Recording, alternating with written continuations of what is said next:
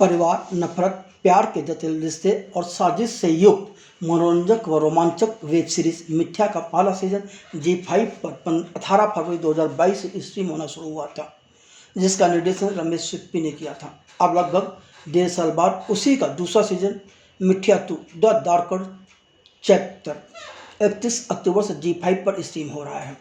हमने मिथ्या 2 the darker chapter देखा है और आज हम यहाँ पर इसी की रिव्यू करने जा रहे हैं। पहले सीजन की भांति दूसरे सीजन का निर्माण अपराध एंटरटेनमेंट ने ही किया है, मगर निर्देशन की बागडोर रोहन सिप्पी की बजाय कपिल शर्मा ने संभाला है। कपिल शर्मा कॉमेडियन कपिल शर्मा नहीं है, बल्कि यह बतौर निर्देशक फिल्में कर रहे हैं।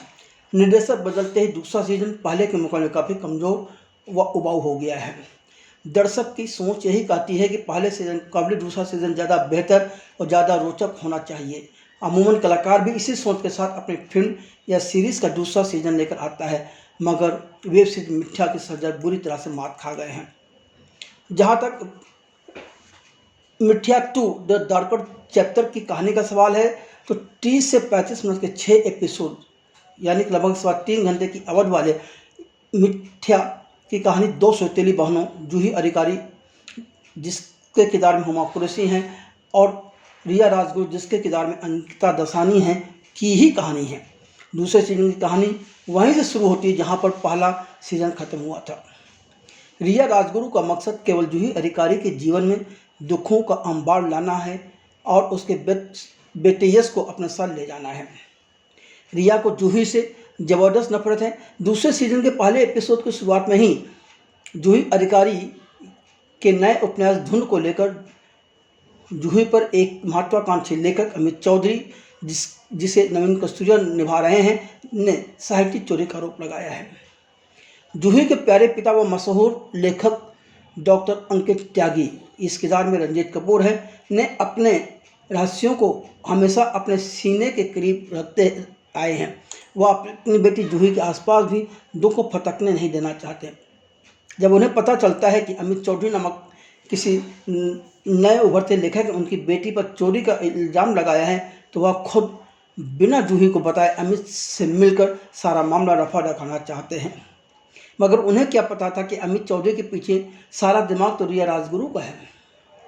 अमित तो सिर्फ उसका प्यादा है।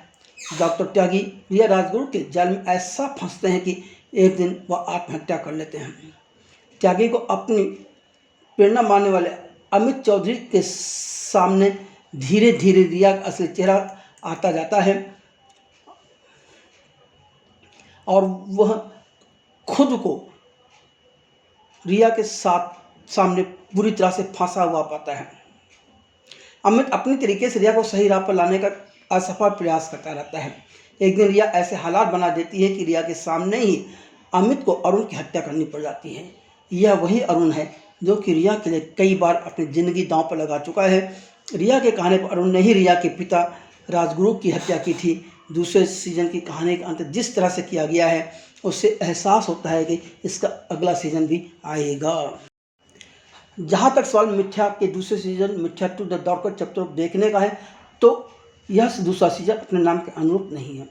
इस बार रिश्तों में न तो उतनी जटिलता है और न ही साजिश के तत्व ज़्यादा हावी हुए हैं, पर इस नए सीजन में तनावपूर्ण दृश्यों की भरमार है। इस नए सीजन की सबसे बड़ी कमजोर कड़ी इसके लेखक और निर्देशक ही है।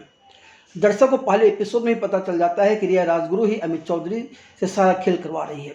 पहले सीजन में जूही अधिकारी कॉलेज की प्रोफेसर थी और रिया राजगुरु उनकी धोखेबाज व संदिग्ध छात्रा थी। अब इसका विस्तार हो गया है। अब रिया राजगुरु ने अपने साथी दिमाग का उपयोग करते हुए कॉलेज के नौकर अरुण को अपने साथ रखकर उसके अंदर अपने प्रति प्यार का भाव पैदा कर उसके हाथों से अपने पिता समीप राजगुरु की हत्या करवाकर खुद राजगुरु से की मालकिन बनी बैठी है।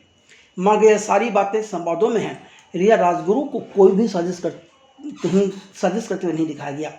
कई जगह पर कहानी भटकी हुई नजर आती है। खून खराबा कुछ ज़्यादा ही है।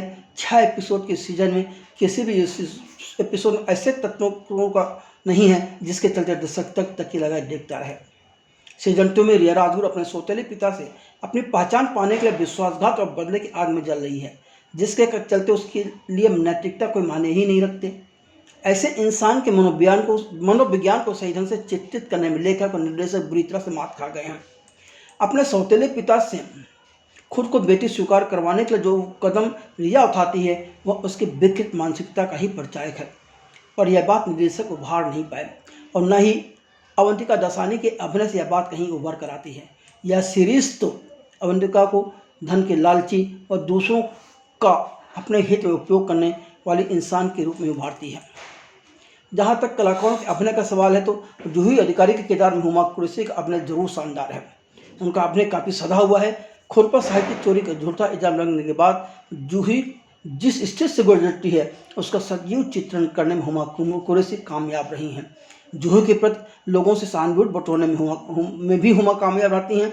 जूही के प्रति लोगों से सहानुभूति बटोरने में भी वो कामयाब रहती हैं। जूही के पिता डॉक्टर त्यागी के किरदार में रजत कपूर का अभिनय भी काफ़ी सधा हुआ है। जूही से बदला लेने आग में झुलस रही जुझारू जी रिया राजगुरु के किरदार में अवंतिका दासानी पूरी तरह से सफल नहीं हो पाई हैं। रिया के चेहरे पर जो भावनात्मक उतार चढ़ाव के भाव आने चाहिए, जो कुटिलता व साजिश का एहसास करवाया जाना चाहिए, उसमें अवंतिका दासानी मार खा गई हैं। अवंतिका अपने अभिनय से रिया की भावनात्मक उथल पुथल को प्रतिबिंबित करने में असफल रही हैं। दो राहों पर चलने को विवश अमित चौधरी के किरदार में सफलता के साथ चित्रित करने में अभिनेता नवीन कस्तूरिया ने अच्छा काम किया है। नवीन अपने अभिनय से इस बात को उभारने में कामयाब रहे हैं कि अमित का दिमाग कुछ कह रहा है पर वह मजबूरी उसके विपरीत काम कर रहे हैं। एक निराश दरिद्र व्यक्ति नवीन कस्तूरिया द्वारा अमित का चेतन एक यथार्थवाद जरूर लाता है, जो कि भूमिका का आधार भी है। इसी के साथ दार्जिलिंग की लोकेशन भी इस सीरीज को कुछ बेहतर बनाने में अपना योगदान देती है। फिल्म सीरीज के कैमरामैन ने बहुत बेहतरीन काम किया है। अफसोस लेखक और निर्देशक ने थोड़ी मेहनत की होती तो शायद वेब सीरीज मिथ्या 2 द डार्क चैप्टर को लोग देखना पसंद करते।